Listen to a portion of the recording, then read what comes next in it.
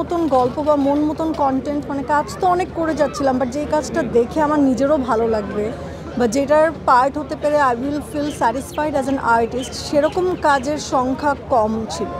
তো সেই জন্য আমার একটা সময় মনে হয়েছে যে কাজ কম করাও ভালো, but on the other hand যেই কাজটা আমি নিজে দেখে আরাম পাবো সেরকম কাজই করতে চাই। আমি বিরতি নিইনি, এই কথাটা প্লিজ বলেন না। আমার ভীষণ খারাপ লাগে যখন কেউ বলে যে আপনি কাজের থেকে বারবার বিরতি নিচ্ছেন বা হারিয়ে যাচ্ছেন। আপনারা কেন খবর রাখেন না? আমার শুধু ফেসবুক ইনস্টাগ্রাম নেই দেখে আপনারা এটা বলছেন, কারণ আমার কোনো পেজ নাই যেখানে আমি নিজের কাজ নিজে প্রচার করব বাকিদের মতন।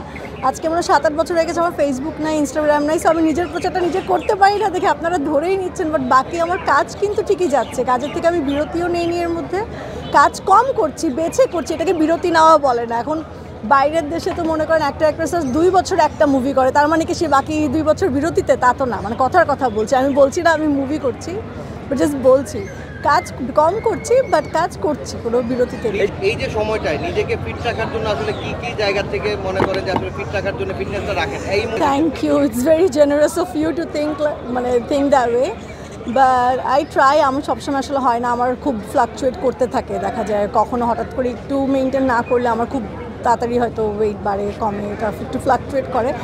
বাট আই থিঙ্ক আমার এটা নিয়ে আরও অনেক বেশি এফোর্ট দেওয়া উচিত বা আরও অ্যাক্টিভ হওয়া উচিত regarding this, that's what I think.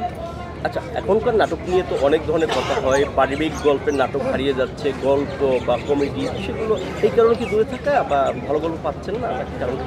না না, এরকম কোনো স্পেসিফিক কারণে না, ভালো কাজও হচ্ছে, আমি একদমই একমত না। কারণ এর মধ্যে আমি যে কয়টা কাজ করেছি, তো পারিবারিক কাজও করেছে এর মধ্যে, এবং যে কয়টা অনেকগুলো কাজ দেখেছি সেগুলো পারিবারিক কাজ দেখছি, সব রকম কাজই হচ্ছে। That is the point. এক ধরনের কাজ হচ্ছে মানে যে আরেক ধরনের কাজ একদমই হচ্ছে না, বিষয়টা তা না। সব রকম কাজই হচ্ছে, এখন সেখান থেকে যার যার চয়েস যে সে কী কী করবে। আপনাকে টানে কোন ধরনের কাজ চাচ্ছেন? আমাকে টানে কোন ধরনের কাজ, এখন সেটা তো অ্যাকচুয়ালি স্ক্রিপ্ট পড়ে বুঝতে হয় যে কোন কাজটা আমার পড়ে মনে হয় যে না এটা আমি করতে চাই বা এটা আমি করতে চাই না।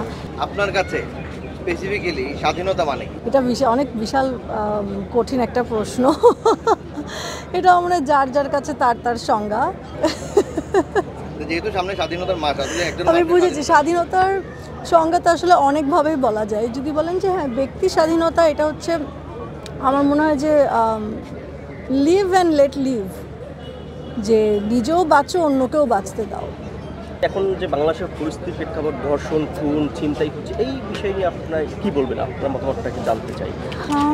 এগুলো একটু দুঃখজনক বিষয়, এগুলো নিয়ে আসলে আমি কী বলবো ঠিক জানি না, বাট আমার মনে হয় যে সবাই, each and every one deserves to stay safe in our country, and সবারই সিকিউরিটি দরকার, এবং বিশেষ করে মেয়েদের যারা বের হচ্ছে, কাজে যাচ্ছে, আসা যাওয়া করছে, ছেলে মেয়ে উভয়, সব, আমি আসলে জেন্ডার ভিত্তিক বলতে চাই না, সবারই আসলে সিকিউরিটি দরকার, অ্যান্ড এভরিবডি ডিজার্ভস ইট।